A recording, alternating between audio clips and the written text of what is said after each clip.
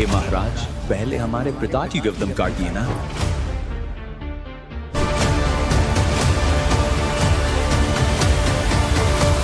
मोनिका जी, आपसे हम जानना चाहेंगे कि हाल ही में सोशल मीडिया पर कबीर परमेश्वर निर्वाण दिवस को लेकर बहुत ज्यादा एडवर्टाइज किया जा रहा है, तो आपसे ये जानना चाहेंगे कि इसके पीछे कौन सी दिव्य घटना घटित। जी, सबसे पहले तो मैं ये बताना चाहूंगी कि निर्वाण का अर्थ क्या होता है। निर्वाण का अर्थ होता है मोक्ष प्राप्ति, यानी कि आत्मा सांसारिक जीवन से मुक्त होकर परमात्मा की ओर विलीन हो जाती है। इसी घटना को आगे बढ़ाते हुए मतलब कि हम बताते हैं कि 508 वर्ष पूर्व एक घटना घटित हुई थी। पहले के जो धर्मगुरु और पाखंडी धर्मगुरु थे, उन्होंने एक धारणा फैलाई हुई थी, जो काशी में मरेगा वो स्वर्ग को प्राप्त होगा और जो मगहर में मरेगा वो नर्क को प्राप्त होगा। हे ब्राह्मण, मुझे भी मोक्ष को प्राप्त करना है। ये काशी है और यहाँ मरने वाला हर व्यक्ति मोक्ष के लिए ही आता है। लेकिन मैंने अपने जीवन में बहुत सारे पाप कर्म किए हैं। इससे कोई फर्क नहीं पड़ता है कि मरने वाला व्यक्ति पापात्मा है या पुण्यात्मा। काशी में मरने वाला हर व्यक्ति स्वर्ग को जाता है और मगहर में मरने वाला हर व्यक्ति नरक को प्राप्त करता है। ठीक है, मुझे भी इस आरे के नीचे आकर स्वर्ग जाना है। 50 मोहरें लगेंगी। ये लो। ठीक है, तुम तख्त पर लेट जाओ।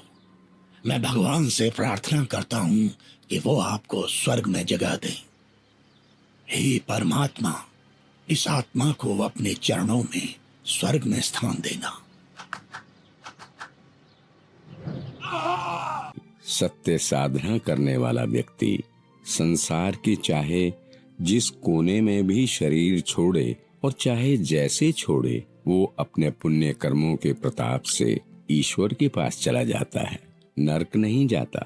लेकिन दुष्कर्मों को करने वाला इंसान चाहे जहाँ भी मरे, चाहे काशी हो चाहे मगहर, उसे नरक की ही प्राप्ति होती है। सतलोक को प्राप्त करने के लिए पुण्य कर्म जरूरी है, ना कि काशी क्रोध के नीचे मरना।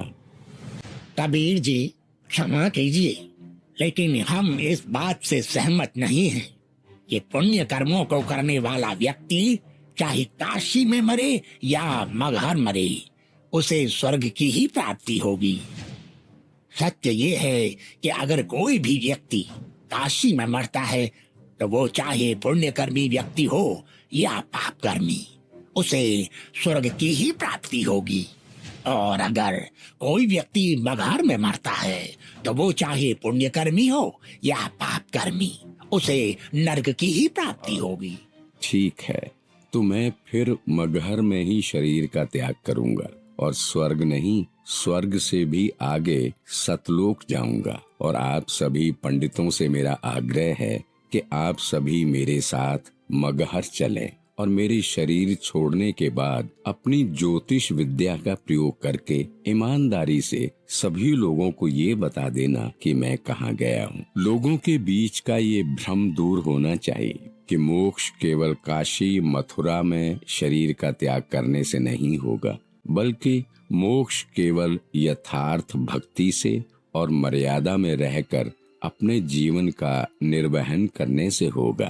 इसी धारणा को खत्म करते हुए, मतलब जो पाखंडवाद को खत्म करने के लिए कबीर साहिब जी ने एक लीला की और उन्होंने मगहर में अपना शरीर त्यागा और सशरीर सतलोक गमन किया। मैं वही परमात्मा हूँ जो स्वर्ग से भी ऊपर सतलोक में रहता। वो कबीर परमेश्वर ही है जिन्होंने अपने एक वचन मात्र से इस संसार की रचना की। उन्होंने समस्त जीवों को और इस संपूर्ण ब्रह्मांड को उत्पन्न किया।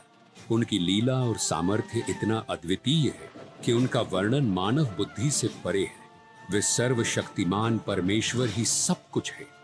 उनका अस्तित्व केवल धर्म ग्रंथों के पन्नों तक ही सीमित नहीं है। वो सर्वशक्तिमान परमेश्वर जो अनादि और अविनाशी है, वो स्वयं इस धरती पर प्रकट होकर अपनी दिव्य शक्ति और सामर्थ्य का एहसास कराते हैं।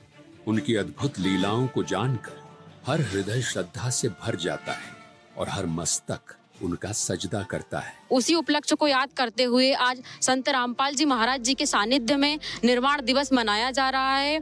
3 दिवसीय सत्संग होगा, वहाँ पर दहेज मुक्त विवाह होगा, रक्तदान शिविर लगेगा तथा विशाल भंडारे का आयोजन किया जाएगा। मैम, आपसे जानना चाहेंगे ये जो धार्मिक कार्यक्रम है ये कहाँ पर आयोजित किए जाएंगे? जी, सतलोक आश्रम 11 है MP में, सतलोक आश्रम बैतूल में, सतलोक आश्रम इंदौर में, सभी आश्रमों में ये आयोजित किया जाएगा। और ऐसा नहीं है कि ये सिर्फ जो लोग जुड़े हैं उनको ही आमंत्रित किया जाएगा, पूरे विश्व को आमंत्रित किया जा रहा है इसमें और सभी लोग आएंगे इसमें। धन्यवाद मैम। जी धन्यवाद। आकृति जी, जैसा कि संत रामपाल जी महाराज जी के सानिध्य में जगह जगह और उनके सभी सतलोक आश्रमों में सत्संग और समागम होते रहते हैं, इसके पीछे क्या उद्देश्य है? संत रामपाल जी महाराज के यहाँ पर सत्संग और समागम आयोजित होते हैं। इसका मुख्य उद्देश्य मानव समाज का आध्यात्मिक और नैतिक उत्थान है। इसका मकसद लोगों को सच्चा ज्ञान प्राप्त करवाना है कि किसकी शरण में जाने से हमें पूर्ण मोक्ष प्राप्त हो सकता है और पूजा की सही पद्धति क्या है। धन्यवाद।